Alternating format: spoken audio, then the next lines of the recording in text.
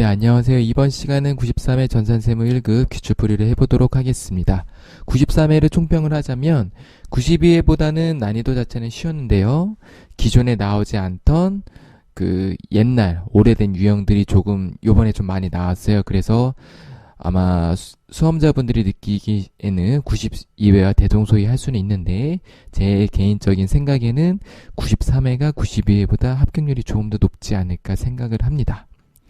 그런데 92회 때도 말씀드렸지만 저는 92회가 91회보다 어렵다고 생각했는데 92회가 합격률이 더 높게 나왔어요.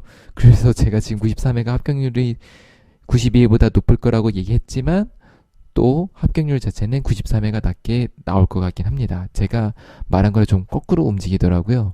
네. 자, 총평 여기까지 하고 바로 문제풀이를 해보도록 하겠습니다. 1번. 제10기 재무상태표상 자본금은 1억 원, 이익준비금 없으며 처분 예정일이 2021년 3월 20일인 이익이익금 처분 계산서는 다음과 같다. 다음에 설명 중 가장 틀린 것은 이네요. 보겠습니다. 1번 2020년도 손익계산상 단기순이익은 4천만 원이다. 그렇죠. 여기 단기순이익이 4천만 원이라고 나와있죠. 2번 이익준비금 200만 원은 이미 적립금에 해당한다. 자, 이익준비금은 이미 적립금이 아니라 무슨 적립금이죠?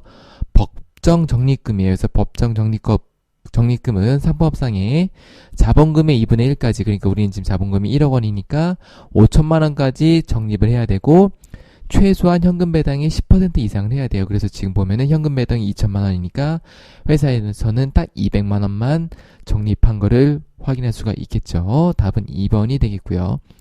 3번 2021년 3월 20일 현금 배당과 관련된 회계 처리를 해야 된다고 되어 있는데 현금 배당이 있으니까 하시면 되겠고, 4번 2020년에 정기 오류 수정사항을 발견하였으며 이는 중대한 오류에 해당한다. 그래서 정기 오류 수정 손실이 500만 원이 있는 걸 확인할 수가 있겠습니다. 답은 2번이 되겠습니다. 2번 2020년 1월 1일에 아래의 조건을 사채를 발행하였다. 드디어 나왔죠. 사채에 계산 문제로 나왔습니다. 분계 문제가 아니고 실계 분계 문제가 아니라 이론 문제로 나왔습니다. 2020년 12월 말일에 장부 인식하 해당 사채와 관련된 사채 할인 발행 차금 상각액은 얼마인가? 사채 할인 발행 차금은 유효이자율법에 따라 상각하고 소수점 이하는 절사한다라고 되어 있습니다. 그래서 사채 할인 발행 차금 어떻게 계산하냐면요. 이렇게 계산해요. 사채 발행가액 곱하기 유효이자율 빼기 액면가액 곱하기 액면이자율 또는 액면이자율 대신 표시이자율이라고도 말을 많이 합니다. 그래서 이게 사채 할인 발행 차금이에요. 이렇게 쓰면 어렵죠? 그래서 일단 계산부터 해볼게요. 일단 사채 발행 곱하기 유효이자율이 뭐냐면 요 사채 발행가액이랑 유효이자율 곱한 게 이게 뭐냐면은 이게 이자 비용으로 인식하는 거고요. 액면가액의 액면이자율 17%, 지금 이자는 매년만 지급한다고 돼 있죠. 여기서 주는 이자는 매년만 지급액이 요거예요. 액면가액의 액면이자율 7%예요. 그래서 이게 현금으로 지급하는 이자 지급액이다. 그래서 매년말 지급하니까 매년말 줘야 되는 금액이다. 그래서 이 실제 이자 비용과 현금 지급액의 차이가 사채 할인 발행 차금이라고 해요. 그래서 이자 비용은 요거에 10% 곱하면은 요게 되고 실제로 줘야 되는 이자는 얘랑 곱하면 21만 원이 되겠죠? 그래서 얘를 이 차이가 사채 할인 발행 차금이 되고요. 얘를 분계를 해보면 제가 분계를 안 넣어놨네. 자, 분계를 해보면 어떻게 되냐면 이렇게 되는 거예요. 이자 비용 얼마? 277618. 이게 아마 분계를 보시는 게 더 쉬울 수도 있어요. 이자 비용 요거는 얘랑 얘 곱하기, 자, 그 다음에 현금으로 실제 나가는 이자는 여기가 이제 현금 또는 보통예금이 되겠죠? 전산세무에서는 보통 보통예금을 많이 쓰니까 보통예금이 얼마가 되냐면은 300의 7%에서 21만 원이 되는 거예요. 그래서 실제 비용으로 인식한 거는 27만 7,618원인데 실제 현금이 21만 원 줘서 이 나머지 차액을 우리가 사채 할인 발행 차금, 사발차가 아니라 사할차라고 많이 하죠.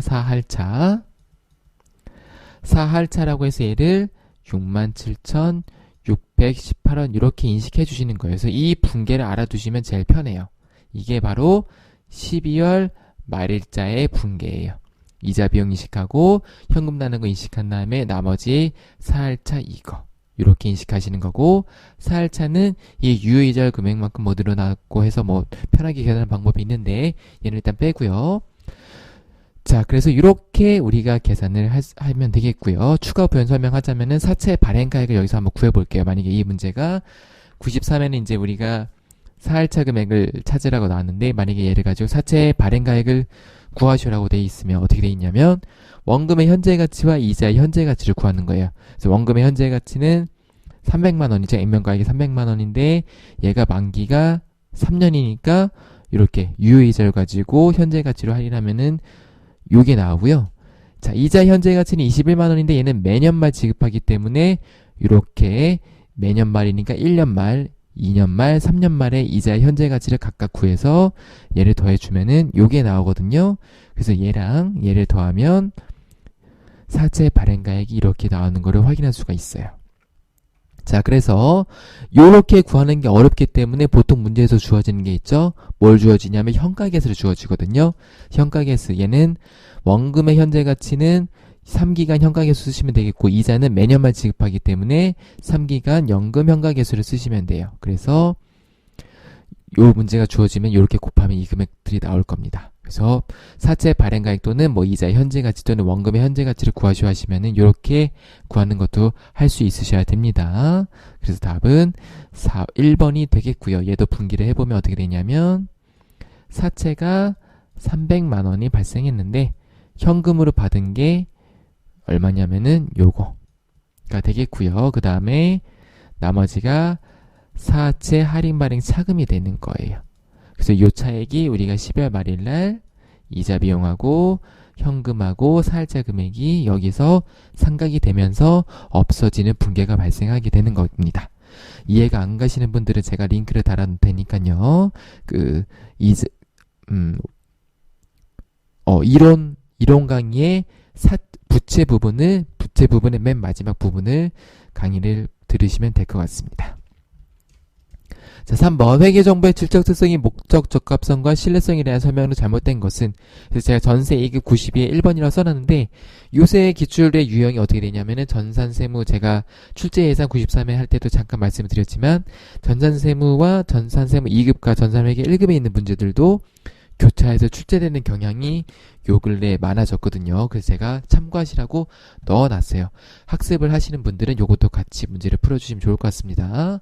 그래서 회계정보의 질적 특성의 모적 적합성과 신뢰성에 대한 설명을 잘못된 것은 이네요. 자, 1번 회계정보의 질적 특성은 회계정보가 유용하게 쓰이기 위해 갖춰야 할 주요 특성을 말하며, 주요 특성은 모적 적합성과 신뢰성이며 기타 질적 특성으로는 비교 가능성이 있다. 2번 회계정보의 질적 특성은 상충될 수가 있고요. 3번 회계정보의 신뢰성은 과거의 의사결정 확인 또는 수정하도록 해줌으로써 유사한 미래에 대한 의사결정에 도움을 주는 속성이다라고 되어 있는데, 이 과거의 의사결정 확인 또는 수정하도록 해줌으로써 유사한 미래에 대한 의사결정에 도움을 주는 속성은 신뢰성이 아니고 피드백 가치가 되겠습니다. 4번 일반적으로 반기재무제표는 연차 재무제표에 비해서 목적 적합성은 높지만 신뢰성은 낮다. 무슨 얘기냐면 반기재무제표를 통해서 연차 재무제표를 우리가 뭐 목적 적합하게 쓸 수는 있지만 신뢰성은 낮아요. 일반적으로. 그래서 다 4번도 맞는 설명이 되겠습니다. 그래서 답은 3번이 되겠습니다.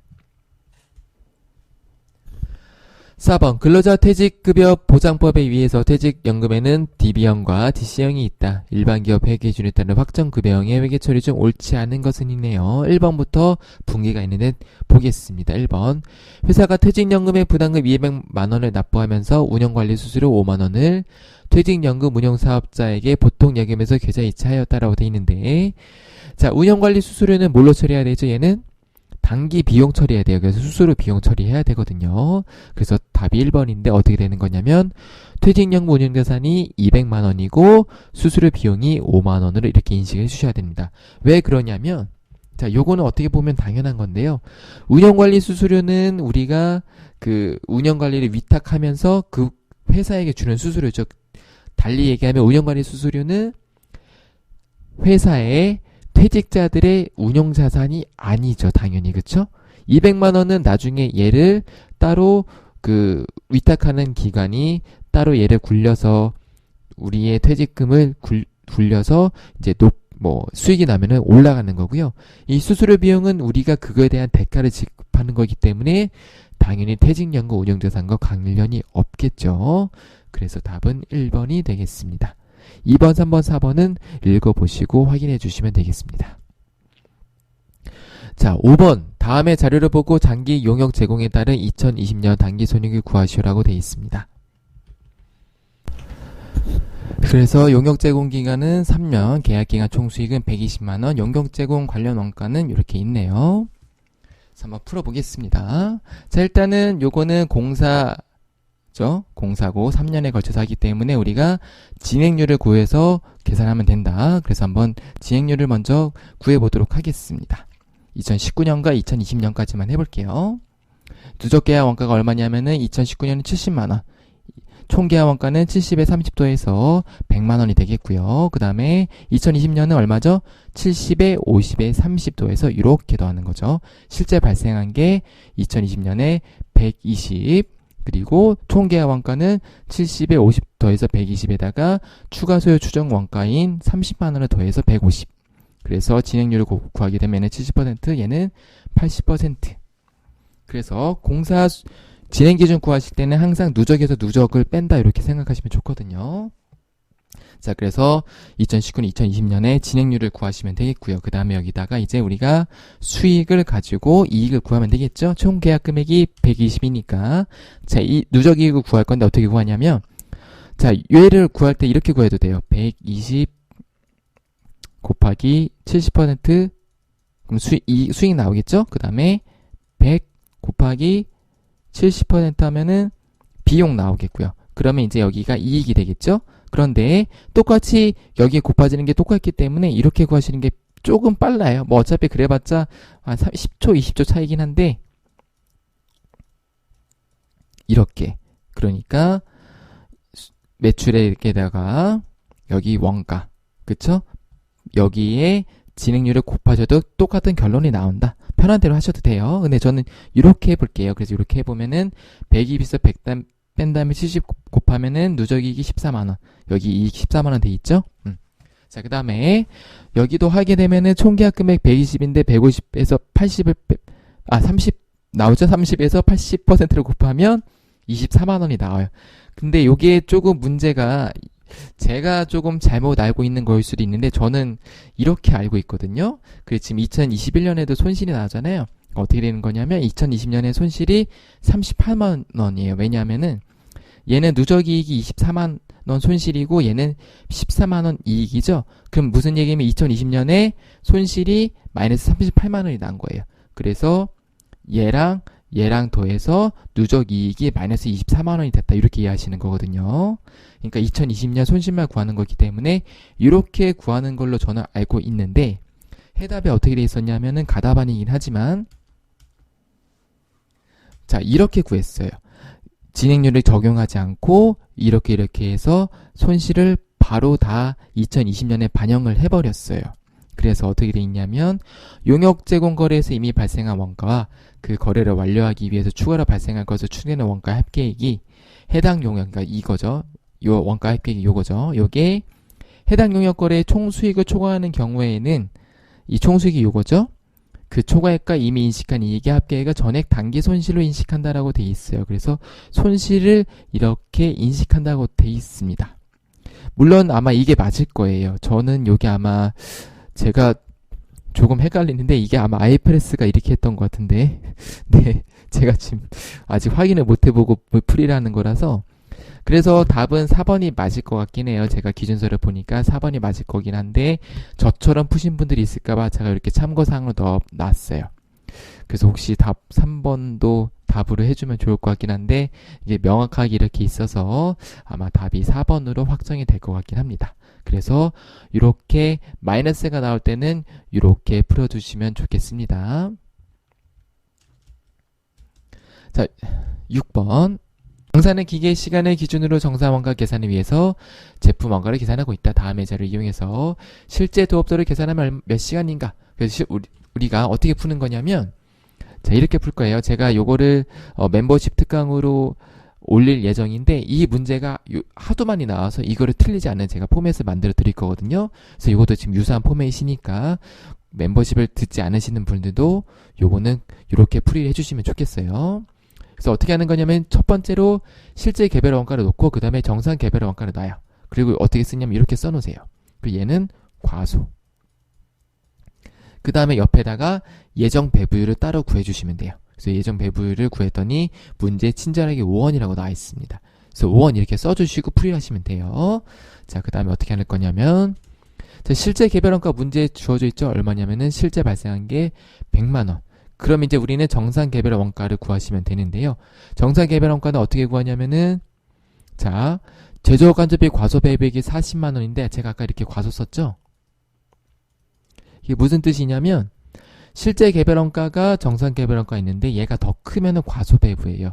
얘가 40만원 더 과소 배분가 돼 있으니까 40만원 과소인 상태죠. 그러니까 얘는 60만원이 되는 거고요. 예정 배분이 5원이니까 바로 나오죠. 그쵸? 네, 어떻게 하냐면은 나누기 5원에서 12만 시간 이렇게 구하시면 됩니다. 그래서 이 예정 배분율 문제는 항상 이렇게 써놓으세요. 실제 개별 원가, 정상 개별 원가, 그리고 예정 배분율. 예정 배분율 물어볼 수도 있어요. 얘가 얼마냐. 얘네들을 다 주고 나서 예정 배분율 얼마예요? 물어보면은 이렇게 역산할 수도 있고. 그래서 이 포맷을 써놓으시고 문제풀이를 하는 연습을 해주시면 감사하겠습니다.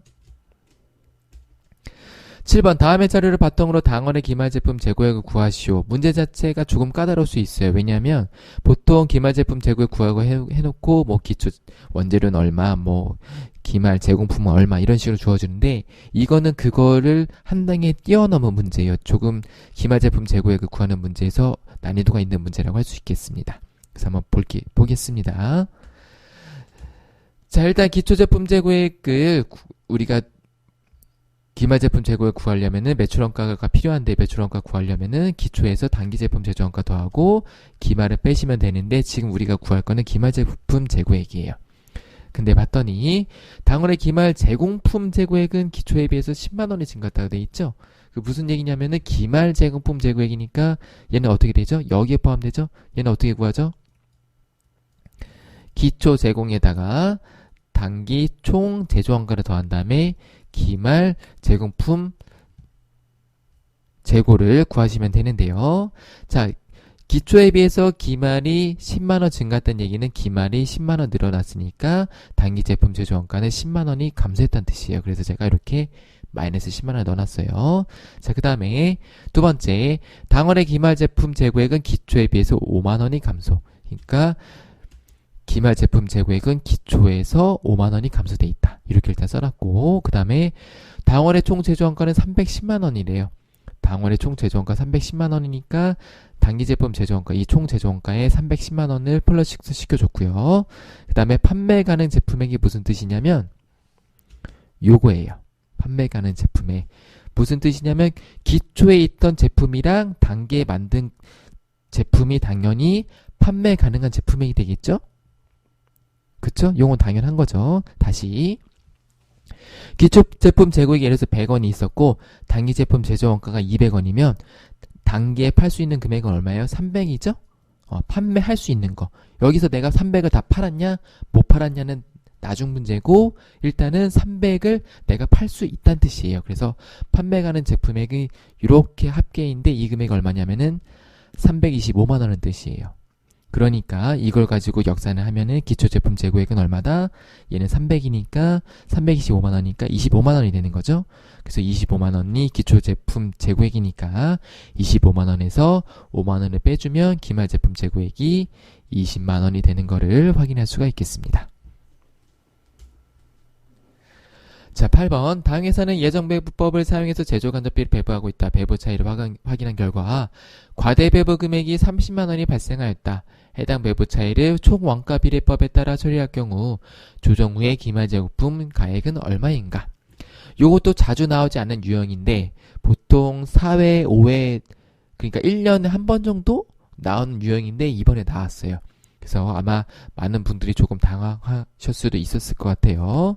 문제풀이는 한번 해보겠습니다. 보통 총원가 비례법이 많이 나오더라고요. 매출원가 비례법은 좀 쉬워서 안 나오고 원가 요소별 비례 배분법은 조금 어려워서 안 나오는 건지 보통 총원가 비례법이 많이 나오는데, 자, 그래서 어떻게 푸는 거냐면 얘는 제공품 제품 매출원가의 총원가 기준으로 배분하는 거예요. 이거 이 합계 기준으로. 그리고 원가 요소별 비례 배분법은 요거의 비율로 가지고 하는 건데 보통 총원가가 많이 나오긴 하더라고요. 그래서 얘를 가지고 이 30만원을 배분하시면 돼요. 해보겠습니다. 자, 그래서 얘를 가지고 할 건데 일단 퍼센트를 구하면 되겠죠. 얘네 합계가 얼마냐면 600이에요. 서 했더니 600을 비율을 구해주시면은 6분의 1이 되겠고, 얘는 제가 요거 앞에만 땄어요. 얘는 600만원분의 100만원에서 6분의 1을 써놓은 거고, 얘는 145만원분의 600만원에서 145분의 600 이렇게 써놓은 거고, 얘는 355에 600을 써놓은 거예요. 그래서 얘를 가지고 30만원 배분하는 거니까 이 비율대로 곱해주면 얘는 5만원 나오고 72,500원 나오고 177,500원이 나오거든요. 얘네들의 합계는 당연히 30만원이 되겠고요. 그래서 얘네들을 더하시면 되겠죠? 얘는 빼야 되죠. 과대배분이니까. 죄송합니다. 과대배분이니까 빼시면 되는데, 그래서 뺐더니 실제 발생액이 95만원, 얘는 137만 7,500원, 얘는 337만 2,500원이 되겠습니다. 그래서 답은 요거 95만원이 되겠습니다. 자, 9번 특정 의사결정에 필요한 원가로서 의사결정 대안 간의 차이가 나는 원가가 아닌 것은 뭐죠? 의사결정에 영향을 미칠 수 없는 원가는 매몰 원가. 그쵸? 그래서 얘는 썬크 코스트라고도 하죠. 이미 발생해서 의사결정에 영향을 줄 수 없는 것이 되겠습니다. 10번 기초 및 기말 제공품과 기초 제품이 없고 판매량이 동일하는 가정하에 표준원가 계산시에서 불리한 배분 차이를 조정하는 방법 중에서 영업이익이 가장 크게 표시되는 방법은 무엇인가? 조금 복잡한데 결론은 영업이익이 가장 크게 표시되는 방법은 무엇인가 라고 되어 있습니다. 자, 그래서 아까 우리가 봤던 총원가 기준법이 있고 매출원가 조정법이 있고 원가요소 기준법이 있어요. 크게 이렇게 세 개가 제조원가의 제조원가의 차이를 배분하는 방법이에요. 근데 영업의 손익법은 뭐냐면 영업의 손익에 배분하는 거예요. 우리가 어떻게 돼 있냐면 손익계산서 어떻게 돼 있죠? 매출액에서 매출 원가를 빼면 매출 총이익이 되고요. 그 다음에 여기서 판관비 빼면 뭐가 되죠? 영업이익이 되고, 여기서 영업의 이익과 영업의 비용을 가감해주면은 법인세, 자감전, 순이익이 되죠. 자, 그래서 매출원가 조정법은 어디에 들어가요? 매출원가에 들어가는 거고, 총원가 기준법도 여차저차해서 매출원가에 들어가는 거고, 원가요소 기준법도 여차저차해서 매출원가에 들어가는 거예요. 그쵸? 근데 영업의 손익법은 여기 영업의 이익이나 영업의 비용에 영향을 주는 거죠. 그쵸? 여기다 반영을 한 얘기인데, 우리 문제가 영업이익이 가장 크게 표시되는 방법이니까 당연히 영업이익에 영향을 주지 않는 거를 고르시면 되겠어요. 그러니까 답이 당연히 2번이 되겠고요. 자, 여기에서 3번이랑 4번은 비교를 할 수가 없어요. 왜냐면은 얘는 어떻게 돼 있었죠? 얘는 제공품과 제품과 매출원가에 비례되는 것들이 나오기 때문에, 물론 여기 단서가 있긴 하네요. 기초 및 기말 제품과 기초 제품이 없다라는 단서가 있긴 한데, 이 단서를 무시했을 때는 총원가 기준법과 원가요소 기준법은 숫자가 있지 않은 이상은 어떤 게 더 크고 작은지는 확인할 수가 없고, 매출원가 조정법은 전액을 매출원가에 조정하는 거기 때문에 당연히 이게 영업이익이 가장 크게 하는 거고, 만약에 이해가 없고 뭐 이렇게 세 개가 있다, 보기가 물론 4개 이어야 되긴 하는데 이렇게 세 개가 있을 때는 매출원가 조정법이 영업이익이 가장 작게 해준다. 얘는 가장 작게 해줘요. 지금 문제가 가장 크게 표시되는 건데 영업이익이 가장 작게 표시된다라고 문제가 나왔을 때는 답이 1번이 되겠습니다. 조금 지저분하긴 한데 그래서 문제 풀이를 해보면 얘는 답이 2번이 되겠어요. 영업이익이 가장 작게 표시되는 건다 라고 문제가 나왔을 때는 1번이 되겠습니다. 답이. 자, 11번. 다음 중 법인세법상 부당이익 계산 부인에 대한 설명 중 가장 옳지 않은 것은 이네요. 1번. 부당이익 계산은 분인을 적용하더라도 사법사기의 효력은 적법 유효하다라고 돼 있는데 말이 조금 어려운데요. 일단 맞는 설명이고요. 무슨 얘기냐면 이런 거예요. 자, 그래서 아버지가 있고 딸이 있어요. 근데 아버지가 딸에게 상속 또는 증여를 했다. 상속은 좀 애매하네. 증여했다 해볼게요. 네, 죄송합니다. 이거는 상속은 좀 그렇네. 증여를 했다고 했을 때 보면은, 자, 아버지가 딸에게 증여했다는 사실은 바뀌지 않는 거예요. 다만 여기서 세금을 원래는 1,000원을 냈었어야 되는데 이 세금을 부당하게 500원으로 이렇게 줄였다. 이렇게 될 수는 있거든요. 그럼 이럴 때는 이렇게 내가 부당하게 줄인 세금에 대해서만 납부를 더 하면 되는 거지, 이 증여를 했다는 사실은 변함이 없는 거예요. 그래서 사법사기의 효력은 적법 유효하다는 뜻은 이런 뜻이에요. 그러니까 내가 증여한 사실은 변하지 않는다. 2번, 대표적인 유형은 특수관계인간의 거래소 고가 매입 또는 저가 양도가 있다. 그래요. 그래서 고가 매입 또는 저가 양도만 되는 거예요. 3번, 해당 법인의 30% 이상을 투자한 법인의 30% 이상을 투자하고 있는 법인이나 개인은 법인세법상 해당 법인의 특수관계자에 해당한다. 맞습니다. 그래서 무슨 얘기냐면, 자, 이 해당 법인이 있는데, 이 해당 법인이 있는데 여기에다가 또 다른, 여기가 A라고 해볼까? A라는 법인이 있는데 이 법인을 B가 이 출자한 법인의 30% 이상 출자하는 법인, 이 B의 법인, 여기에 얘가 30% 일자를 출자를 하고 있는데 이 30% 이상을 출자한 법인에 여기에 또 이렇게 되는 건가? 잠시만요. 해당 법인의 30% 이상을 출자한 법인, 이 출자한 법인에 이렇게 계속 물리고 있으면 여하튼 요거는 법인세법상 해당 법인의 특수관계자에 해당이 됩니다. 네, 말이 좀 어렵긴 하네.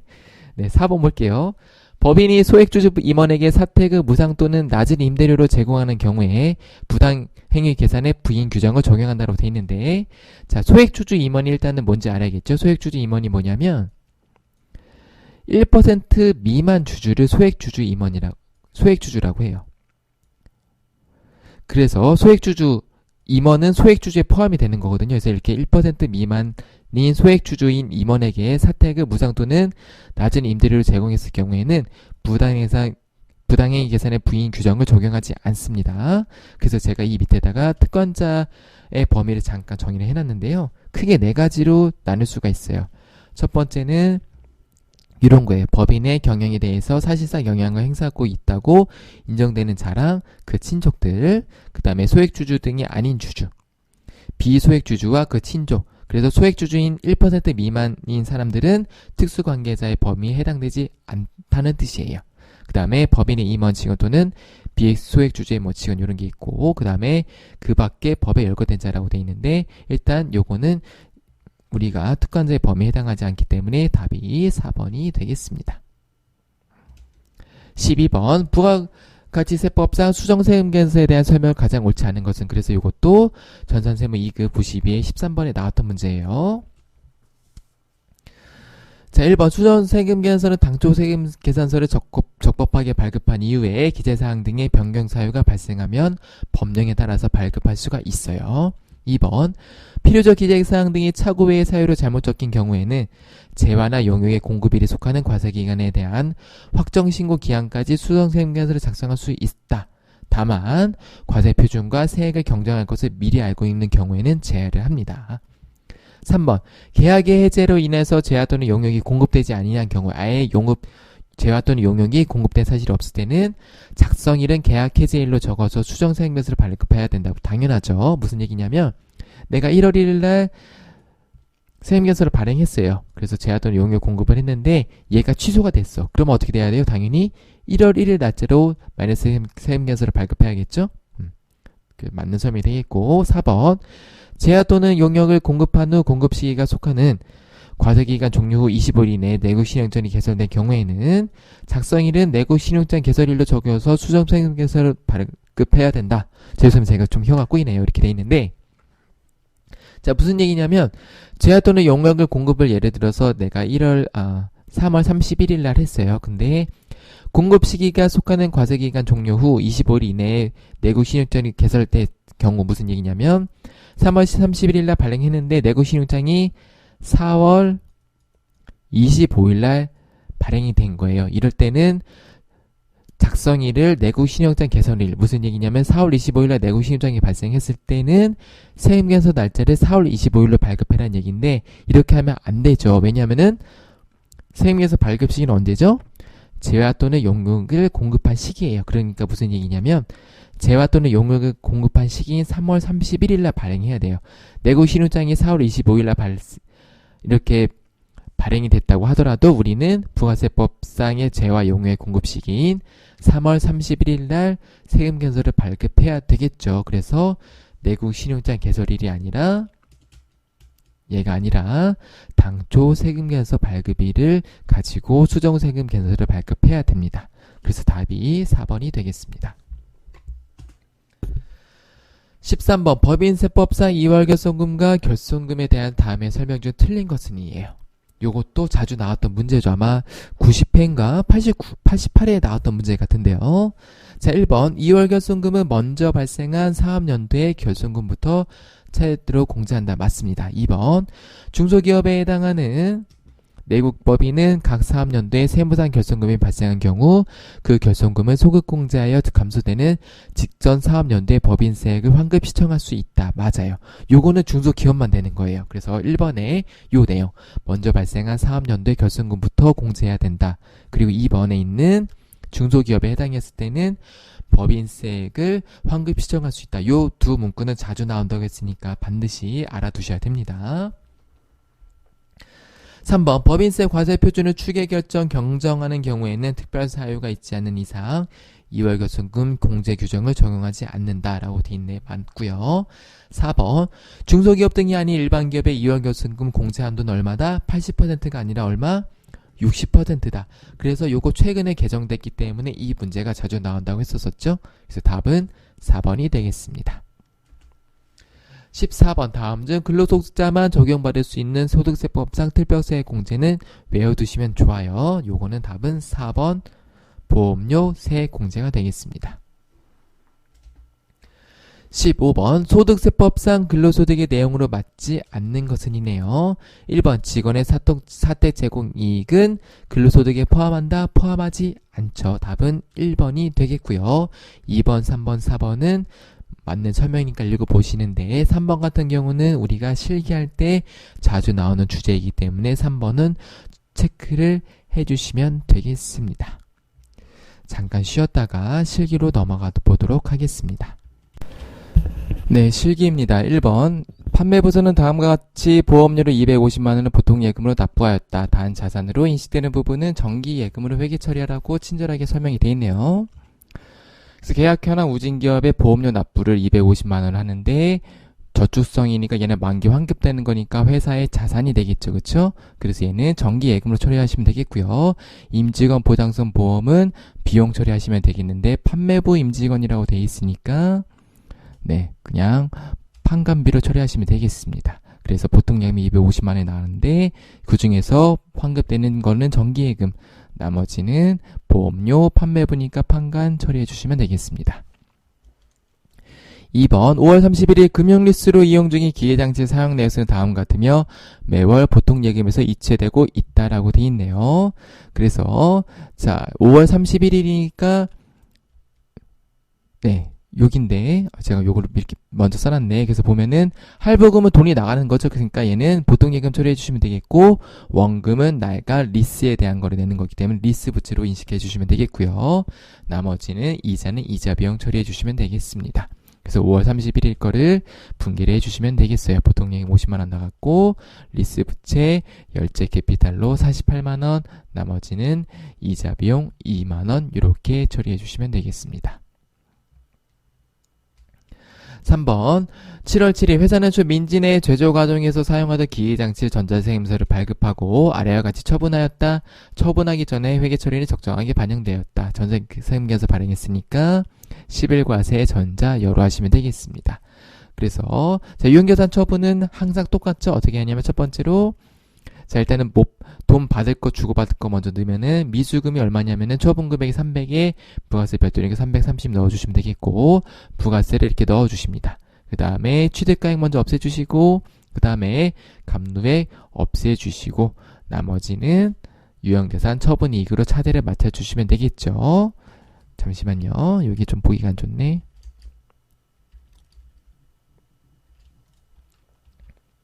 네, 그래서 검증을 마지막에 해주시면 되는데요. 장부가액이 500만원인데 감금도액이 280만원이니까 실제 장부가액이 220만원짜리를 얼마에 팔았어요? 300만원에 팔았으니까 처분이익 80만원 있는 거를 이렇게 체크해 주시면 되겠습니다. 4번 당사는 공장을 신축하기 위해서 토지의 형질 변경비 550만원과 공장 신축을 위한 토지 굴착비라는 거를 보통예금으로 지급하고 대민건설로부터 전자세금 견서를 각각 수취하였다. 형질 변경비와 토지 굴착비의 계정은 토지 또는 건물의 계정 과목으로 회계 처리할 것이라고 돼 있어요. 그래서 요거는 정말 오랜만에 나온 문제라고 볼 수 있는데요. 처음 보시는 분들은 되게 당황하셨을 것 같아요. 저도 솔직히 처음에 당황했어요. 이런 문제가 나올 수가 있나? 라고 해서. 왜냐하면은 자, 우리가 실무로 들어가게 되면 어떻게 되냐면요. 토지의 형질 변경비는 이건 토지를 이용하기 위해서 형질 변경을 한다는 거는 토지 대장상의 뭐 그 과목이라고 해야 되나? 그거를 바꾸는 거라서 얘는 토지의 자본적 지출이 확실해요.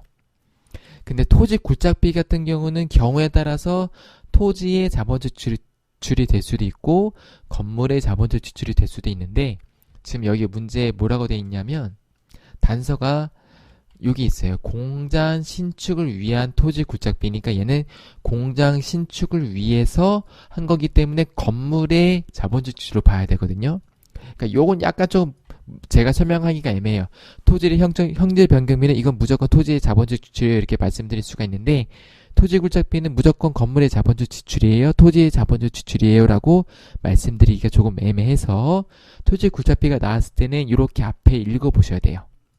공장 신축 위한 거라고 돼 있으니까 건물로 처리하시면 되겠고 눈치로 이거를 얘는 토지고 얘는 건물 이거는 좀 어려워요.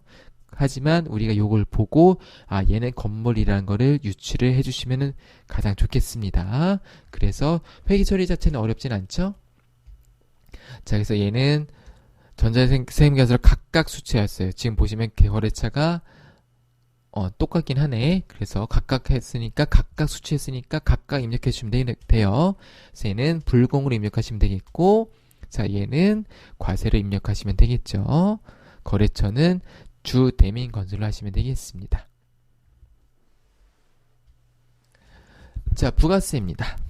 1번 당사는 과세사업과 면세사업을 겸용하는 사업자이다. 겸용사업자네요. 아래의 자료를 바탕으로 2020년 1기 예정신고 기간에 대한 공제받지 못한 매입세 명세서를 작성하시오 라고 되어 있습니다. 그래서 입력을 해주시면 되겠는데요. 자, 공장으로 사용할 토지를 매입하는 과정에서 등기 업무를 법무사에게 50만원 부가세 별도에 위례하고 전자세금을 수취하였다. 얘는 토지의 자본적 지출이죠. 자, 그 다음에 거래처인 동호회에 제공할 선물 세트 얘는 뭐죠? 접대비죠. 자, 그리고 2020년 1기 예정 신고 기간에 공통 매입분에 대한 부가세액은 105만원이다. 예정 신고 기간 동안 공급내고 아래와 같다. 그래서 얘네들의 비율로 나눠주시면 되겠는데요. 자, 일단은 공제받지 못한 매입세액 내역에 들어가서 접대비, 유상, 비용 30만원 입력하시면 되겠고 토지의 자본적 지출 50만원 입력하시면 되겠습니다. 자, 그 다음에 어떻게 하냐면 자, 여기 공통 매입세액 안분 계산 내역에 들어가서 아까 우리가 부가세 요거였죠? 요거 입력해 주시면 되겠고요. 그 다음에 총 공급가액이 4억이고 그 중에서 면세 공급가액이 1억 4천 입력하시면 나머지는 자동으로 계산이 되는 것을 확인할 수가 있겠습니다. 크게 어렵지 않은 거니까 실습을 직접 해주시면 되겠습니다.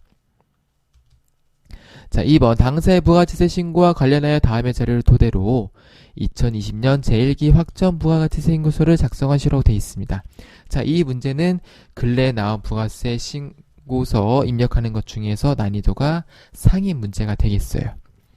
왜 그러냐면 이 나머지 여기 있는 것들을 입력하는 것 자체는 어렵진 않거든요. 그런데 여기 4번에 있는 자녀에게 공장 일부를 무상으로 임대했다는 것이 있는데 요게 정말 어려운 내용이긴 하거든요. 한번 설명을 해볼게요. 자, 천천히 위에서부터 해보겠습니다. 자, 수출 내역 지수출 3억이 있고 국내 거래가 1억이 있는데 구매 확인서를 2020년 7월 31일날 발급했는데 자, 문제 뭐라고 돼 있냐면 국내 할부 판매분과 수출 내역 중 국내 거래분은 적법하게 전자세금계서가 발급됐다. 그게 무슨 얘기냐면 국내 거래란 지수출 전부 다 세금계서가 발급했다는 뜻이에요. 언제? 4월에서 6월에. 자, 그래서 얘도 해당이 된다는 걸 확인해 주면 되겠습니다. 요거는 무시하셔야 돼요. 어쩔 수가 없어요. 자, 그 다음에 2번 국내 화물 판매 제품 인도일이 2020년 5월 8일이다. 자, 우리가 재화 용해 공급 시기는 언제다? 재화 공급 시기 제품을 인도했을 때예요. 그쵸? 또는 이용 가능하게 된 때. 이런 식으로 단서가 있어서 얘는 재화 공급 시기가 도래했다고 봐야 돼요. 5월 8일 날. 돈만 나눠서 받는다. 이렇게 이해를 하셔야 돼요. 왜 그러냐면 이게 지금 보시면은 요게 있거든요. 그러니까 이게 장기 조건부 할부 판매 조건이 있고 뭐 여러 가지 조건이 있는데 이게 6개월 미만이면 지금 5월에서 10월이잖아요. 요게 6개월 미만이면 세금계서를 한 방에 발급한다. 이렇게 기억을 해주셔야 돼요. 다시 뭐 이게 또 장기에서 뭐 기간도 있고 몇 번 발행하느냐에 대해서 뭐 조건이 있긴 한데 그렇게 디테일하게 기억하지 않으셔도 되고 전산세무 1급에서는 자 2020년 5월 여기서부터 이게 끝나는 날이 6개월 미만이면은 무조건 세금계서는 한 방에 발행한다. 이렇게 알아두시면 되겠습니다. 자, 그래서 보면요. 얘는 지금 1000만원, 1000만원, 1000만원이기 때문에 한 방에 발행했다고 간주하게 되면은 얘는 얼마냐면은 3000만원 이렇게 인식을 해주시면 되겠습니다. 그 다음에 3번 접대모 쪽으로 제공한 제품이 있어요. 그래서 접대모로 제공했을 때는 뭘로 해야 되죠? 시가로 하셔야 됩니다. 이거 분계도 가끔 나오니까 분계도 하실 줄 아셔야 돼요. 분계는 연습해 보시고요. 그래서 얘는 시가로 입력해 주시면 되겠고 4번이 문제인데요. 자, 자녀에게 공장 일부를 무상으로 임대했다 라고 되어 있고 시가가 100만원이 있어요. 자, 우리가 용역의 공급에서 제가 나중에 부가세 강의를 할 때 자세하게 설명을 할 건데요. 특권자에게 사업용 부동산, 자녀에게 공장 일부를 무상으로 임대한 거죠. 그러니까 특권자에게 사업용 부동산을 무상으로 임대했을 때는 과세 거래로 봅니다. 얘가 예외예요. 얘만 이래요. 이거 용역의 공급에서 우리가 다룰 건데 특가환자에게 사업용 부동산을 무상으로 임대했을 때는 과세 거래로 간주한다. 에요. 요거 예외인데 요거는 외우셔야 돼요. 그래서 지금 얘도 자녀에게 공장 일부를 무상으로 임대했기 때문에 요거에 해당돼서 얘도 넣으셔야 돼요. 그래서 얘는 기타에 넣어주시면 되겠습니다. 그래서 입력을 해보면 자, 매출만 있기 때문에 여기다 입력을 해볼게요.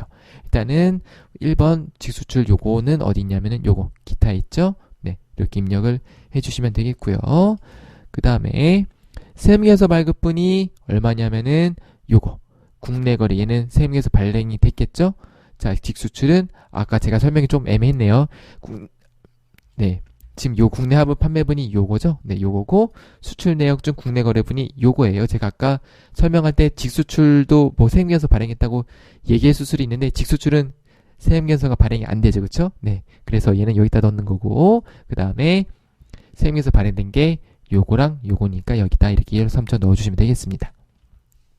그 다음에 나머지 기타 2천만원에 100만원에서 2100만원을 이렇게 넣어주시면 되겠습니다. 자, 이제 결산전표 입력으로 넘어가 보도록 하겠습니다. 당사는 소모품을 구입하는 시점에 모두 소모품 계정으로 처리하고 있다고 가정한다. 결산이 현재에서 소모품 사용액이 245만원인데 이 중에서 판매보험 사용액은 180만원이고 나머지는 제조부문 사용액이다. 그래서 취득했을 때 소모품을 샀을 때 회계 처리를 보면 이렇게 됐겠죠. 소모품은 구입 시 소모품 계정으로 처리한다고 돼 있으니까 자산으로 처리한다는 얘기죠. 그렇죠? 그래서 차례반에 소모품 얼마, 보통계금 얼마 이렇게 처리했겠죠. 그래서 기말에 우리가 실제 사용한 금액만큼 비용으로 처리를 해줘야겠죠. 그래서 하시면 되면 어떻게 하냐면 대변의 소모품 245만원 하시면 되겠고 차변에 소모품이 판간 판매 부분 사용액이니까 180만 넣어주시면 되겠고, 나머지는 수험폰 및 제조를 해서 넣어주시면 되겠습니다. 2번, 다음에 보험료에 대한 내용을 결산에 반영하시오라고 되어 있습니다. 보험료 계산은 월할 계산할 것. 그 7월 1일 날 친절하게 분개를 한 걸로 보여주네요. 선급 비용으로 이렇게 처리했고, 대변에 보통 예금 처리했으니까 우리는 12월 말일자에 어떻게 하면 되겠냐면 선급 비용을 없애주고 나머지 차익만큼을 보험료로 인식을 해주시면 되겠죠. 근데 유의할 게 뭐냐면 회계 처리일이 2020년 7월 1일 요거고요. 그 다음에 대상 기간이 2020년 7월 1일부터 언제까지냐면 2022년이에요. 그러니까 얘는 몇 개월이에요?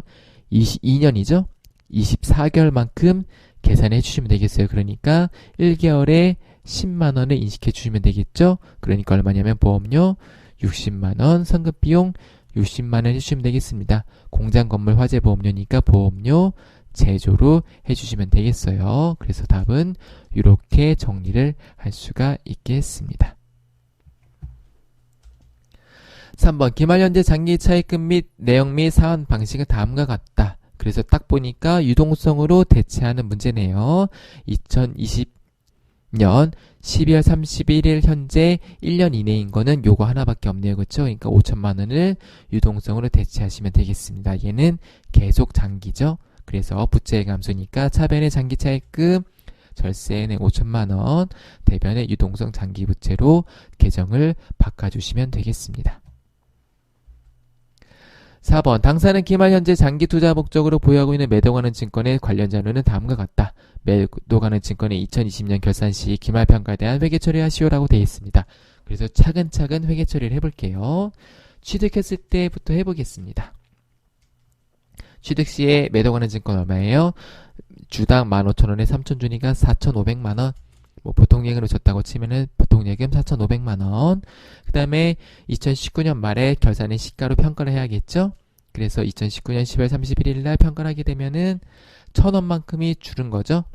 1,000원인데 3천 주니까 매도가는 증권 평가 손실이 되겠습니다. 300만원. 그리고 대변은 매도가는 증권 300만원. 그래서 매도가는 증권의 잔액이 4,200만원이 되겠고요. 매도가는 증권 평가 손실은 뭐죠?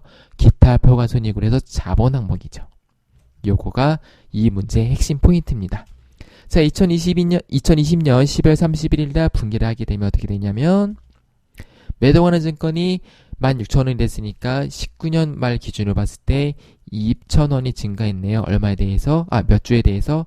3,000주에 대해서 2,000원이 증가했으니까 곱하면 600만원이 되는데, 자, 얘는 자본 항목인데 어떻게 평가하냐면은 첫 번째로 매도가는 평가 손실부터 상기해서 없애줘야 되는 거죠. 그쵸? 그 다음에 매도가는 증권 평가 이익을 300만원 이렇게 인식을 해주시면 되겠어요. 그래서 이렇게 분개를 해주셔야 됩니다. 이 문제의 핵심 포인트는 평가 손실 300만원을 넣을 수 있느냐 없느냐 이 문제가 되겠습니다. 자, 실기 문제 4번 원천기수입니다. 다음의 자료에 대한 2020년 6월 사업소득의 사업소득자 등록과 사업소득 자료를 입력하시오라고 되어 있습니다. 어려운 거 없죠. 그냥 입력하시면 돼요.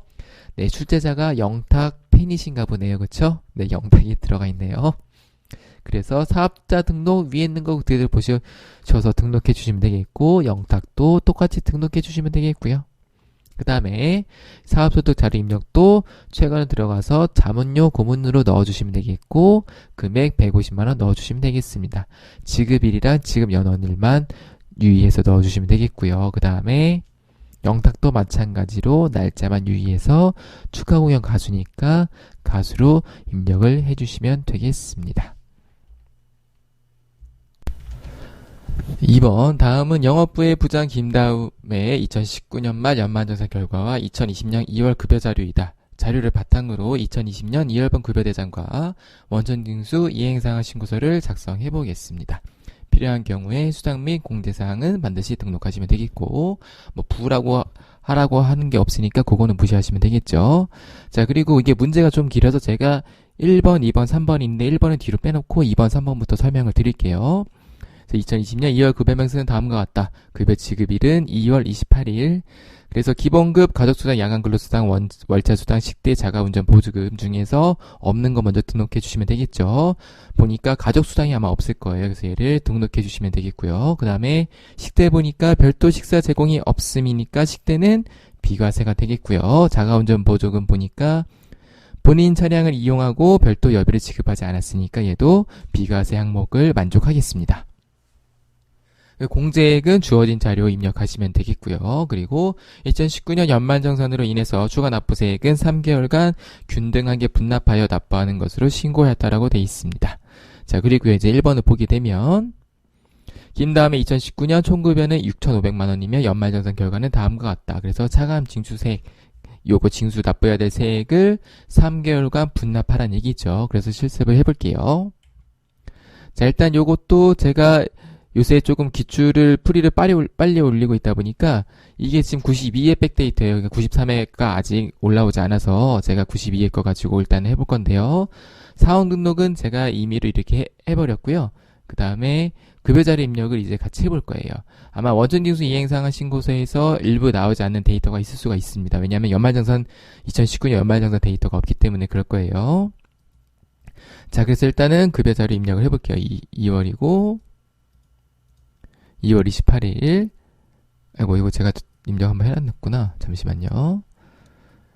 다시 해볼게요. 네, 그래서 자, 지급액이 아이고, 제가 이거 입력해놨네. 네, 일단 입력한 걸로 설명해볼게요. 자, 일단은 지급액을 입력하기 전에 수당 등록을 먼저 해야 되는데 가족수당이 입력이 안 돼 있어서 제가 이렇게 가족수당을 추가했어요. 코드 과세라고 하신 다음에 얘는 그냥 직접 가족수당으로 입력하시면 되겠습니다. 자, 그 다음에 입력을 이제 해보면 기본급이 250만원, 그 다음에 가족수당이 30만원, 야간근로수당이 40만원, 월차수당이 12만원, 그 다음에 식대가 20만원, 자가운전 보조금이 30만원 이렇게 있는 걸 확인할 수가 있겠고요. 그 다음에 자, 국민연금이 15만원, 건강보험료 20만원, 장기요양 25,500원, 고용보험은 자동으로 나왔을 거고, 소득세가 11만 9,660원, 지방소득세는 소득세 10%니까 자동으로 이렇게 들어온 걸 확인할 수가 있겠죠. 네, 이렇게 하시면 되겠고, 3개월간 분납해야 되니까요. 어떻게 하냐면 중도태세다 정답 누르시면은 분납 적용이라고 있어요. 그래서 제가 요 입력을 했는데 이거 다시 삭제 해볼게요.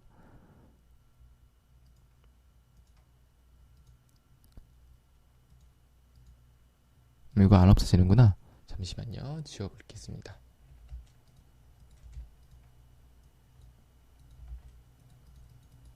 여기를 지워야 되는구나. 네, 그래서 일단 해볼게요. 자, 소득세 연말정산 한 거 어디냐면은 1번 여기 있는 거예요. 그래서 얘가 얼마냐면은 182만 8,980원 이렇게 넣으시면 되겠고, 지방소득세는 얘 10%니까 18만 2,880원 넣으시면 되겠고요. 그 다음에 얘를 어떻게 하냐면은 분납 적용을 눌러주시면 돼요. 이렇게 체크하시고 분납 계산부터 해주시면 돼요. 분납 계산 누르시면은 3개월로 안분이 이렇게 되거든요. 네, 이렇게 된 걸 확인하시고 그 다음에 분납 적용을 누르시면은 자동으로 이렇게 분납이 들어가요. 이런 식으로 분납이 들어가게 돼 있고요. 자, 그 다음에 이렇게 하시면 일단은 급여자료 입력에서 할 거는 마무리가 된 거고요. 이제 어떻게 하냐면 원천징수 이행사항 신고서를 들어보겠습니다. 그래서 여기서 2월 거죠.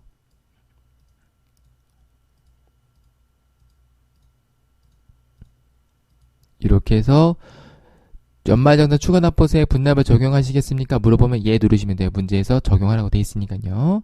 누르시면 이렇게 들어오는데, 자, 지금 여기 같은 경우는 제가 이게 2019년 연말정산 데이터가 없어서 지금 여기 원래는 연말정산 데이터가 있으면은 여기 요거랑 여기에 데이터가 이렇게 있어야 돼요.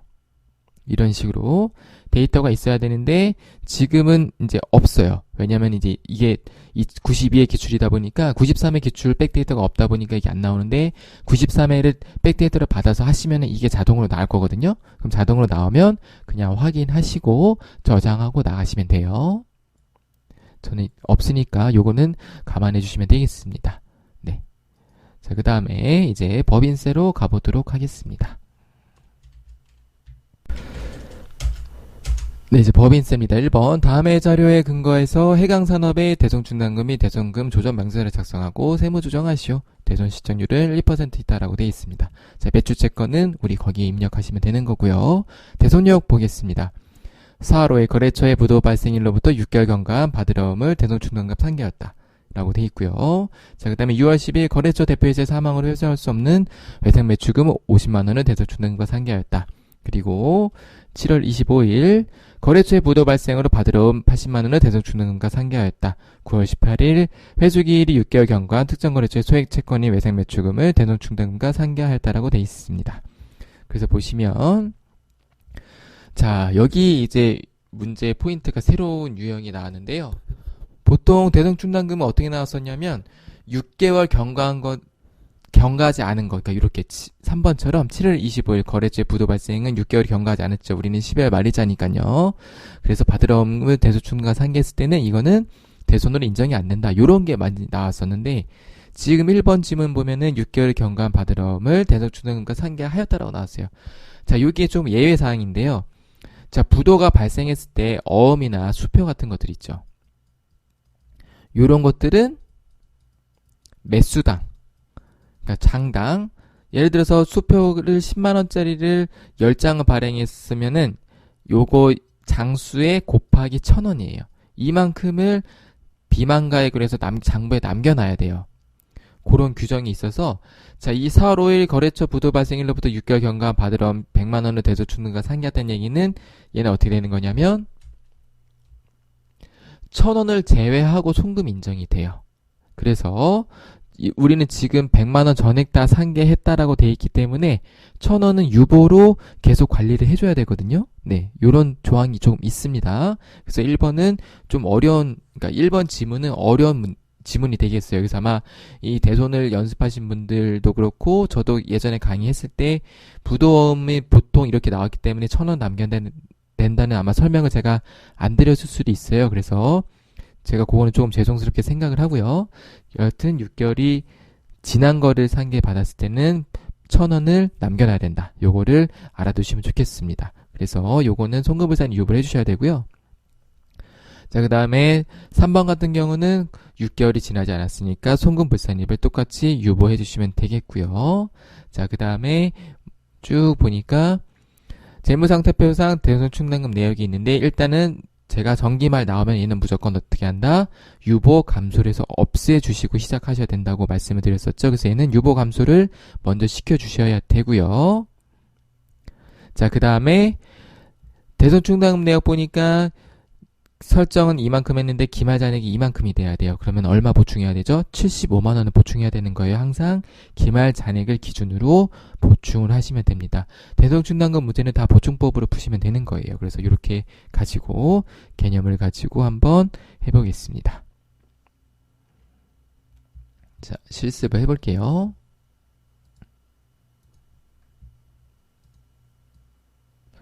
그래서 대손금 조정 명세서를 들어가서요. 일단은 요 위에 거부터 천천히 해보겠습니다. 대손 내역에 있는 것부터 입력을 해볼게요. 4월 5일 받으러움 채권 내역이 자 매출 채권이죠. 그 다음에 대손 사유가 부도 금액이 100만원. 자, 그 다음에 7월 25일, 6월 10일이네요. 6월 10일 외상 매출금 매출채권인데 얘는 사망실종 50만원. 그 다음에 7월 25일 받으러움 매출채권이고 80만원 부도 발생했네요. 자, 그 다음에 9월 18일 외상 매출금 매출채권 얘는 특이한 게 없죠, 그쵸? 그래서 얘는 그냥 뭐 안 쓰셔도 상관없어요. 상관없는데 일단 구체적으로 써보자면 뭐가 좋을까요? 얘는 회수기일이 경과한 거기 때문에 굳이 뭐 안 써도 될 것 같은데. 네, 일단 얘는 그냥 넘어갈게요. 뭐 왜냐면은 환입이 된 거니까. 그래서 얘는 안 적어도 될 것 같아요. 제 생각에는. 일단은 대손은 됐으니까 이렇게 써보겠습니다. 자, 그래서 첫 번째 거는 보면 자, 6개월 경과 받으러 엄이 100만 원이니까 원래 100만 원을 넣어줘야 되는데 1000원을 남겨야 되니까 여기다가 이렇게 되는 거예요. 그래서 이렇게 1000원이 남아야 돼요. 단기 시인에 이렇게. 자, 그 다음에 여기는 1000원을 넣어서 없애주시면 되겠고요. 잔액을 항상. 그 다음에 외상매출금 50만원이니까 얘도 똑같이 이렇게.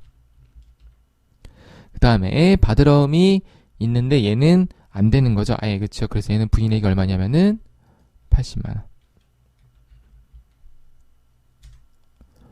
자, 그 다음에 마지막에 얘 15만원 시인이 되는 거니까 이렇게 넣어주시면 되겠습니다. 자, 그 다음에 해야 될 게 우리가 뭐냐면 요 매출채권 내역을 입력해 주시면 되는 거죠. 잔액을. 자, 그래서 외상 매출금 잔액이 1억 1000, 그 다음에 받으러움이 2천만원, 그 다음에 미수금이 공사미수금이라고 되어 있으니까 공사미수금으로 넣어볼게요. 3,200만원. 자, 그래서 보시면은 단기에 부인된 게 자동으로 들어오는 거를 확인할 수가 있겠습니다. 이렇게 확인해 주시면 되겠고요. 자, 그 다음에 쭉 입력해 볼게요. 실적률이니까 실적률 1% 이렇게 넣어주시면 돼요. 대손 충당금 실적률로 넣으라고 되어 있으니까요. 자, 그 다음에 단기 계상액이 여기 있네요. 여기 잠시만요. 여기 안 보이네. 단기 계상액이 217만원. 보충액이 얼마냐면은 75만원. 그래서 얘가 292만원이 얘랑 이렇게 똑같아지면은 되겠습니다.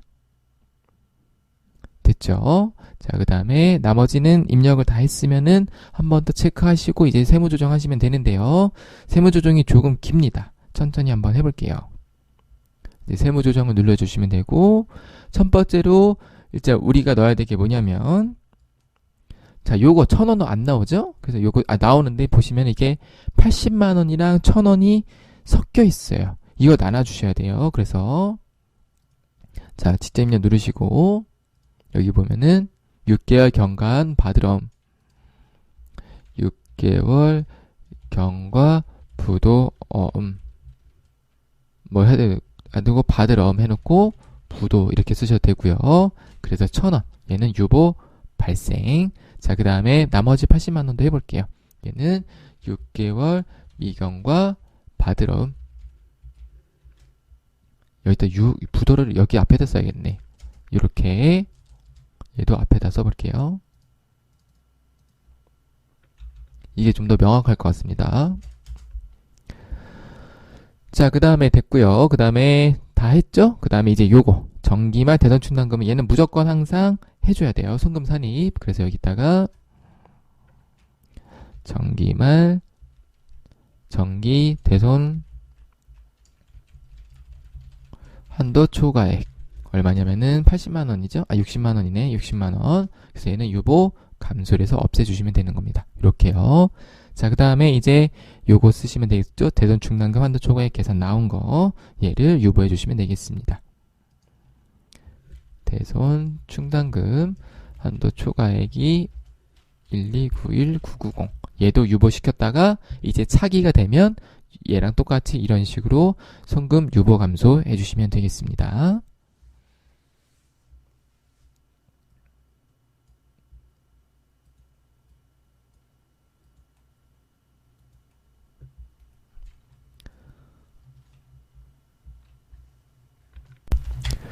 (2번입니다) 다음의 자료를 이용해서 가지급 등의 인정이자 조정명세서를 작성하고 세무조정하시오라고 되어 있습니다. 가지급금의 내역은 다음과 같다. 그래서 필요 없는 것들 제거하시면 되는데요. 보니까 전부 다 대표이사랑 한 거네요. 그렇죠? 제시된 자료 외에 가지급금 및 가수금 없으며 가지급금 관련해서 약정된 이율이나 수령한 이자는 없다고 가정한다로 되어 있습니다. 그래서 얘는 그냥 단순히 입력을 해주시면 되겠어요. 단서조항은 보통 이렇게 나와요. 약정된 이율이나 수령한 이자는 없다고 가정한다. 쉽게 나올 때는 이렇게 나옵니다. 요거를 체크해 주시면 되겠고요. 자, 그 다음에 차입금 내역은 다음과 같다라고 돼 있어서 있는데, 자, 보니까 OK는 당사와 특수관계에 있는 회사이다라고 돼 있죠. 특관자는 어떻게 한다? 제거한다. 그래서 이렇게만 가지고 입력을 해주시고, 그 다음에 시스템에 나오는 세무종정을 넣어주시면 되겠습니다. 그래서 얘도 같이 한번 해볼게요. 자, 그리고 가중평균 차입 이자율을 적용한다고 돼 있으니까 가중평균 차입 이자율을 적용해 주시면 되겠어요. 그래서 가지금 등의 인정이자 조정명세서 들어가시면, 자, 첫 번째로 가지금, 가수금 입력을 해보시면 되겠죠. 여기 1번에 있는 거 입력을 해보겠습니다. 자, 이게 아마 없나 본데, 잠시만요. 제가 그냥 임의로 써볼게요. 아마 여러분들은 검색하시면 나오실 거예요. 자, 그래서 자, 적용은 보면은 여기 있는 거, 내용에 있는 거 입력해 주시면 돼요. 지금 정기 2월이죠? 그러면 여기 보이시나요? 정기 2월 얼마냐면은 1,500만원. 자, 그 다음에 3월 14일 날 대여를 해줬네요. 2번에 대여. 3월 14일 1,000만원. 그 다음에 9월 20일 날 회수했네요. 회수 9월 20일 회수니까 대변에 넣으시면 되겠고, 그 다음에 또 대여를 해줬네요. 11월 5일 이럴 때는 500 이렇게 넣어주시면 되겠습니다. 자, 그렇게 해서 입력이 제대로 되어 있는지 체크하시면 되겠고요. 그 다음에 차입금 내역은 다음과 같다. 차입금 들어가셔서 거래처가 이게 나와야 되는데 있으려나 모르겠네요. 모두 은행 없네. 저는 이거를 우리은행으로 다음은행으로 해볼게요. 임의로. 네, 그래서 자, 적유가 뭐냐면은 모두은행 같은 경우는 2019년부터 차입을 했기 때문에 얘도 정기 2월이에요. 그쵸? 네, 그래서 2020년 1월부터 적수 계산해 주시면 되겠어요. 1,000만원. 그 다음에 끝났죠? 이제 우리저축은행 해볼게요. 우리저축은행 대신에 이번에는 제가 국민은행으로 넣어보겠습니다. 그래서 얘는 단기에 발생한 거니까 단기에 차입한 거가 되겠죠. 11월 1일 날 얼마냐면 2,700만원. 이렇게요. 그래서 모두은행과 우리저축은행은 이렇게 넣어주시면 되겠어요. 그럼 이제 거의 다 끝났어요. 이렇게 입력하시고 어떻게 하시냐면 여기 보면은 자동으로 이렇게 계산이 쭉 나오죠. 가중평균 차입 이자율 확인하시면 되겠고요.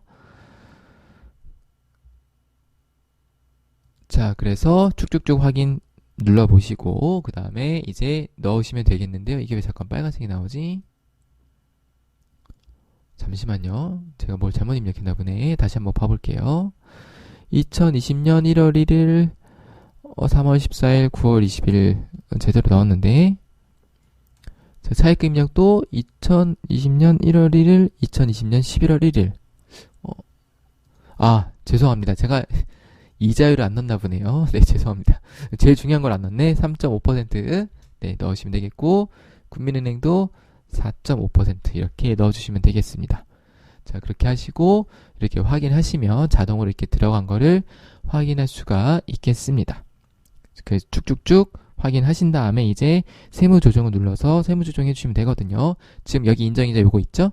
요걸 가지고 우리가 넣어보겠습니다. 조정 등록 누르시면 자동으로 이렇게 나옵니다. 그래서 직접 입력 누르셔서 대표이사 대표이사를 안 넣어도 될 것 같네요. 그냥 대표이사 넣을까? 가지급금 인정이자. 그래서 얼마냐면은 76784. 얘는 대표이사니까 뭐예요? 사항료로 넣으시면 되겠습니다. 자, 이제 다음으로 넘어가 볼게요.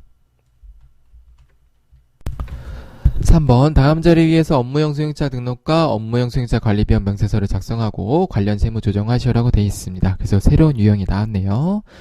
첫 번째로 나온 새로운 유형이라 문제 자체가 어렵진 않은데 향후에는 이거보단 조금 어렵게 나올 수가 있으니까요. 조금 더 심화학습을 하시면 좋을 것 같습니다. 그래서 자, 2019년 2월 12일날 대표이사 전용 5인승 수용차를 장기 렌트 계약을 체결하였다라고 되어 있네요. 그래서 보면은 자, 2019년 2월 10일부터 2021년 2월 11일까지인데 우리는 2020년이죠?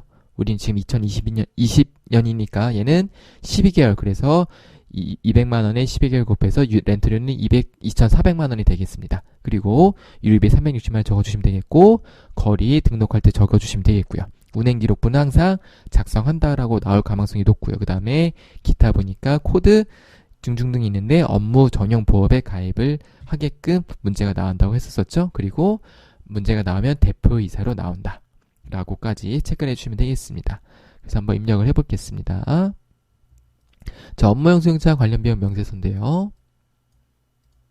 그래서 보시면, 자, 첫 번째로 업무용 수용차 등록을 해야 되는데요. 지금 보시면 업무용 수용차 관련 비용 명세서 안에 들어가야지 그 위에 여기 있어요. 그래서 이걸 누르셔서 등록해 주시면 되는데요. 코드가 0001, 차량 번호가 22조인가요? 잠시만요. 좀 확대해 볼게요. 잘 안 보이네요. 22조 8518. 차종이 뭐냐면은 그냥 없네요. 따로 없으면은 그냥 승용차로 쓰셔야 될 것 같아요. 이렇게 5인승을 쓰셔도 될 것 같긴 한데 저는 그냥 승용차라고 입력해 볼게요. 그리고 네, 사용하시는 거고요. 그 다음에 얘는 차량이니까 차량 운반구. 그리고 고정자산 코드는 별도로 없으니까 넣을 수가 없겠죠. 그리고 네, 그래서 이렇게 하시면 되겠고, 저 취득일자가 언제냐면은 2019년 2월 10일 계약한 날짜. 그 다음에 판관비죠. 800번대. 그 다음에 사용자 부서는 없고 직책이 대표이사. 이한강. 그 다음에 얘는 렌트죠. 그리고 임차 기간은 2019년 2월 10일부터 2021년 2월 11일. 그 다음에 보험은 가입돼 있고, 보험 기간은 따로 없으니까 안 쓰셔도 되겠고요. 운행 기록 사용 여부 작성한다고 돼 있고, 출퇴근은 일단 열하고 두시면 되겠고요. 정기 2월 누적 거리가 얼마냐면은 18,500, 출퇴근 거리가 5,000. 아이고. 이렇게 일단은 입력을 해주시면 되겠어요. 자, 그 다음에 어떻게 하냐면, 자, 총 주행 거리가 얼마냐면은 6,000이라고 돼 있죠? 그래서 6,000을 쓰시면 되겠고요. 아, 잠시만요. 이제 불러와야지. 잠시만요. 제가 마음이 너무 급했네. 다 등록됐죠. 자, 그 다음에 이게 왜 안 눌러지지? 잠시만요. 불러오기를 눌러야 되는구나. 아, 네. 불러오기 하시고, 그 다음에 총 주행거리가 단기 얼마냐면 6,000km. 그 다음에 업무용 사용거리인데 이거 조심하셔야 돼요. 출퇴근 거리가 5,000km고, 출퇴근 외 업무 거리가 1,000이니까 업무용 사용거리는 6,000km가 되겠는 거예요. 그 다음에 취득가액이 별도로 없으니까 두시면 되겠고, 임차료 감가상각비 포함이 얼마냐면 2,400만원. 그러면은 감가상각비 상당액은 자동으로 계산이 돼서 이렇게 나오고요. 유류비가 360만원인가요? 네. 360만원. 그 다음에 나머지 없죠? 입력하는 거 없으면 그대로 두시면 돼요. 그럼 자동으로 계산이 돼서 나온다고 했었었죠? 그래서 나오는 걸 가지고 우리는 그냥 입력만 하면 된다. 어떻게 입력한다? 조정 등록에 들어가셔서 얘는 자동으로 해주시는 게 좋아요. 그래서 제가 써볼게요. 여기다가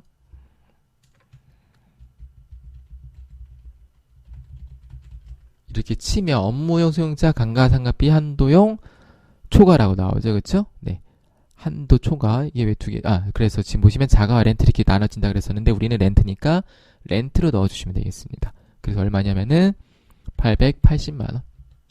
그 렌트는 기타 사유주 이렇게 나오는 거 구분이 있으니까요. 확인하시면 되겠습니다. 얘는 자동으로 푸세요. 조금 어렵습니다. 이 소득 처분하는 게 조금 헷갈릴 수가 있어서 얘는 자동으로 해주시면 되겠습니다.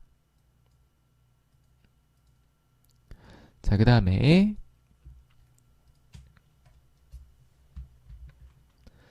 4번 가겠습니다. 다음 자료를 보고 소득금액 조정 합계표를 작성하시고 그래서 세무 조정하는 거가 나왔네요. 자, 보겠습니다. 세금과 공과 213만 5천원. 대표이사 개인 차량 취득세니까 얘는 송금 불산이 대표 거니까 상여를 하시면 되겠고요. 자, 간접 임대료의 부가가치세는 비용 인정이 되는 거죠. 그래서 얘는 별도의 세무 조정은 없고요. 그 다음에 자, 법인의 사업용 부동산 재산세니까 얘도 별도로 없겠죠. 자, 그리고 보험료가 있는데 580만 원인데 화재보험 기간이 2020년 7월 1일부터 2021년 6월 30일이니까 월화 계산해서 단기 거만 비용이 인정이 되니까요. 얘는 어떻게 처리하냐면 송금 불산이 290만 원 유보를 해주시면 되겠죠. 그래서 얘는 차년도 2021년도에 송금 산입으로 유보감사로 다시 넣어주셔서 없애주시는 그런 세무조정이 되겠습니다. 자, 그 다음에 이자 수익인데요. 자, 이자 수익은 어떻게 한다 그랬었죠? 국세환급금 이자는 입금 불산입을 해서 기타로 빼주시면 되겠고요. 그 다음에 기부금 한도 초과액이 있는데 얘는 인정이 되는 거니까 그대로 두시면 되겠습니다. 아, 죄송합니다. 기부금 한도 초과액은 인정이 되는 게 아니라 얘는 함정이죠. 함정이죠. 그래서 얘는 기부금 한도 초과액은 소득금액 조정 명세 합계표에 들어가지 않죠. 그래서 어디 있냐면 얘는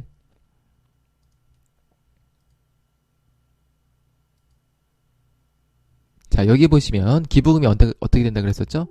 기부금은 이렇게 따로 들어가는 거예요. 이렇게. 그래서 얘는 문제의 함정이니까 그대로 두시는 거예요. 우리가 지금 소득금액 조정 합계표는 여기 있는 입금산입과 송금산입 하시는 거거든요. 그래서 얘는 전혀 관련이 없죠. 네, 이렇게 하시면 되겠고요.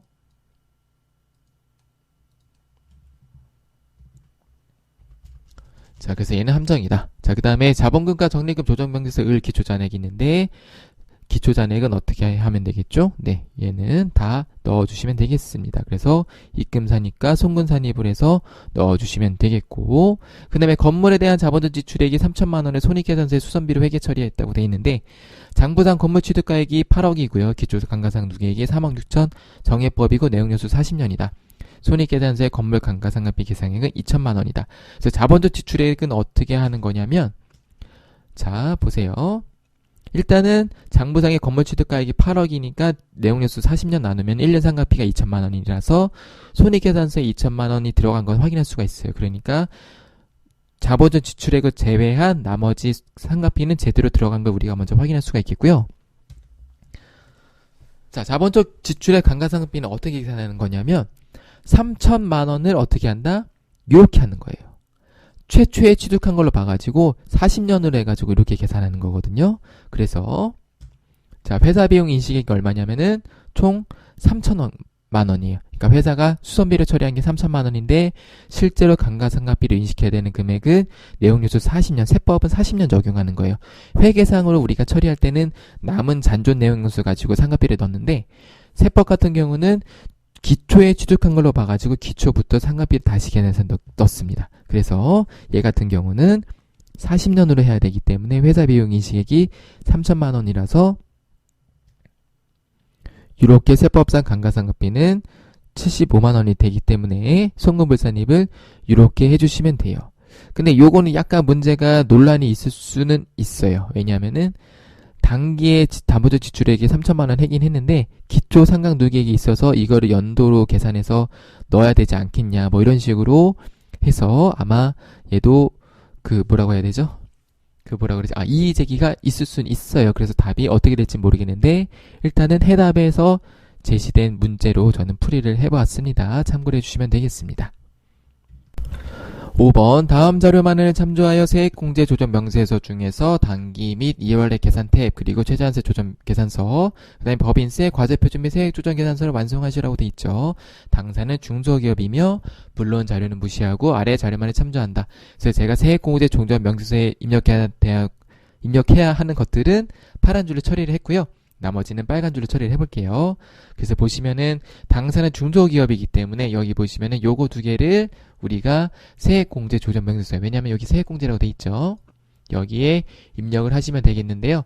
당사가 중소기업이기 때문에 단기 발생 연구인력 개발비는 최저한세 적용이 제외가 돼요. 중소기업이 아닐 경우에는 최저한세 적용이 되고 중소기업일 때는 제외가 된다.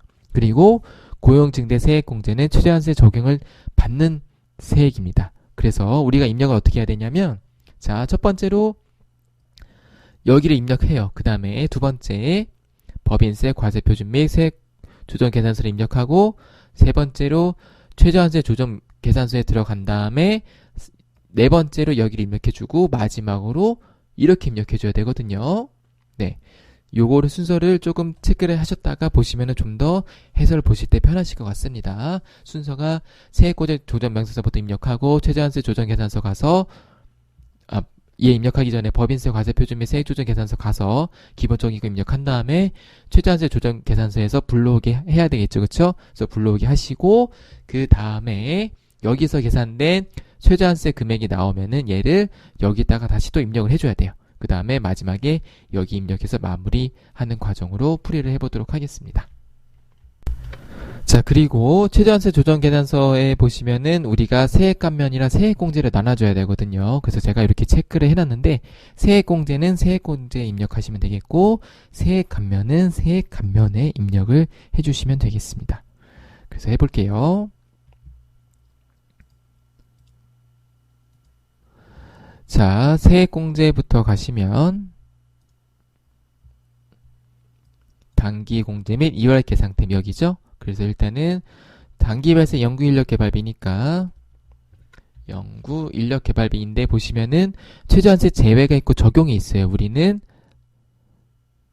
단기 발생 연구 인력 개발비 세액공제니까 세액공제 최저한세 제외인 걸로 넣어주시면 되겠습니다. 그래서 2020년이죠. 단기분이 350. 자, 그 다음에 어떻게 하냐면 고용증대세액이죠. 고용 치시면은 고용을 증대시킨 기업에 대한 세액공제. 그래서 2019년께 350. 요건 2월 된 거죠. 네, 1차 연도에서 이렇게 2월 된 거고 그 다음에 2020년 단기께 350이 이렇게 있어요. 자, 고용을 증대시킨 기업은 최저한세 적용 대상이 이기 때문에 그래서 여기에다가 요 금액들을 넣어 주셔야 되거든요. 그래서 요 금액을 어떻게 계산하냐면 최저한세 적용 계산서 요거 적용의 조정 계산서로 가셔서 얘를 구한 다음에 여기다 다시 넣어 줘야 돼요. 그래서 일단 이렇게 한 상태에서 이제 어떻게 할 거냐면 법인세 과세표준 및 세액조정 계산서를 가보도록 하겠습니다. 그래서 여기서 기본적인 걸 다 입력해 줄 거예요. 결산서 단기 수익이익 넣어주고 송금산입액 넣어주고 그 다음에 입금산입이 없나? 있죠. 27850 자, 이렇게 넣어주시고요. 그 다음에 나머지 기부금 이런 2월 결산 금액 없죠. 쭉 넘어오시면 되겠고요. 자, 이제 어떻게 하냐면은 여기까지 하시고 원천납부세액 일단 넣어볼까요? 원천납부세액이 88만원 있으니까 원천납부세액 일단 88만원 넣어주시고 자, 그 다음에 이제 최저한세 적용 제외 공제랑 대상이 있는데요. 요거는 최저한세를 입력하고 해볼게요. 자, 이 다음에 이제 어떻게 하냐면은 어디 갔니? 어디 갔죠?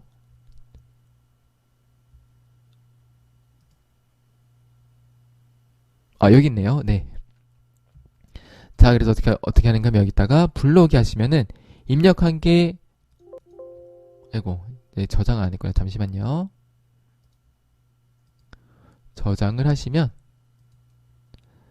자, 여기 있는 것도 이제 불러오기 하시면은 기본값들이 이렇게 들어오거든요. 자, 이제 여기서 뭐라는 거냐면 세액공제와 세액감면을 넣어줘야 돼요. 그래서 자, 세액공제가 이렇게 있고요. 세액감면이 있죠? 세액공제를 넣어줄게요. 세액공제가 얼마냐면은 둘이 합해서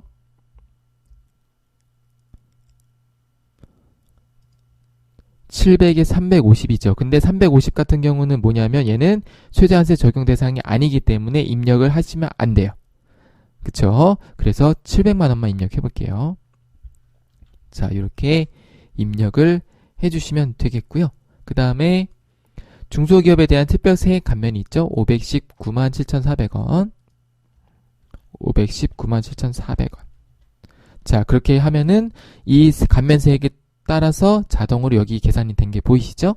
그래서 이렇게 나온 거를 우리가 확인할 수가 있어요. 이제 얘를 가지고 일단 저장을 누르시고 자, 235만원 요거부터 해볼까요? 얘는 어디에 들어가는 거냐면 여기에 들어가는 거예요.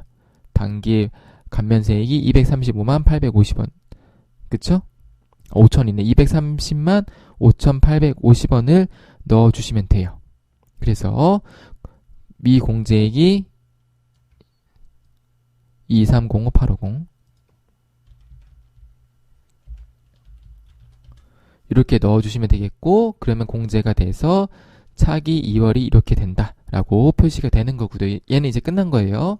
저장 누르시고 나오시면 되겠습니다. 자, 그 다음에 이제 얘를 가지고 뭘 할 거냐면 마지막에 있는 요거 얘를 넣어 볼 건데요. 보시면은 취득세 적용 대상 공제 감면세액이 있고 제외 공제 감면세액이 있죠. 일단 우리가 제외되는 게 뭐였었죠? 제외되는 게 요거 연구인력개발 사액공제 350만원을 제외되는 거에 넣어주시면 되겠고요. 자, 그 다음에 적용 대상 공제 감면세액이 있어요. 이게 얼마 넣는 거냐면 자 510 얼마와 460 얼마가 있죠. 얘네 두 개를 더해 주셔야 되거든요. 계산기가 어디 있더라? 네, 보시면 510 97,400원이랑 4694150 이렇게 더해 주셔야 돼요. 그래서 9891550이 있죠. 여기다가 9891550 이렇게 넣어주시는 거예요. 그래서 얘는 여기 두 개 합계, 요거 두 개가 지금 공제 감면세액 공제죠. 보시면은 감면세액과 세액 공제가 있죠. 그래서 공제되는 거랑 감면되는 거를 다 넣어주시는 거예요. 합계를 이렇게 넣어주시면 이제 뭐가 나오냐면 차가감 납부할 세액이 나오는데, 자, 문제에 또 어떻게 돼 있냐면 이 문제가 조금 어려운 문제네요. 자, 분납을 하고자 한다고 돼 있죠. 그래서 분납은 납부세액이 1,000만원 초과시 분납이 가능하죠. 그래서 분납할 금액이 얼마냐면은 1,000만원을 제외한 금액이니까, 자, 납부세액이 1,000만원 초과한 것만 분납할 수 있으니까 1,000만원은 내야 된다는 뜻이에요. 그래서 입력을 해주시면 되겠고, 나머지 분납할 게 171만 5,450원 이렇게 넣어주시면 되겠습니다. 그래서 93회가 만만치는 않죠. 네, 지금 보면은 요 법인세 같은 경우는 좀 만만치가 않네요. 요거 5번 문제도 좀 어렵고, 얘도 4번 문제 아마 이거에 함정파셨을 수도 있고, 이거 자본주의 지출을 많이 틀렸을 것 같고요. 그 다음에 업무용 수용자는 처음인데 뭐 아마 맞추셨을 것 같고, 네, 그 정도 하고 대선 있죠? 여기 1,000원 요거까지 해서 93의 법인세는 상당히 어려웠던 것 같네요. 나머지는 문제가 좀 평이했는데 법인세 부분은 보통의 기출에 비해서는 많이 어려웠다라고 정리를 할 수가 있겠습니다. 자, 이렇게 해서 93의 기출문제도 모두 마무리해 보도록 하겠습니다. 시청해주신 여러분들 감사합니다.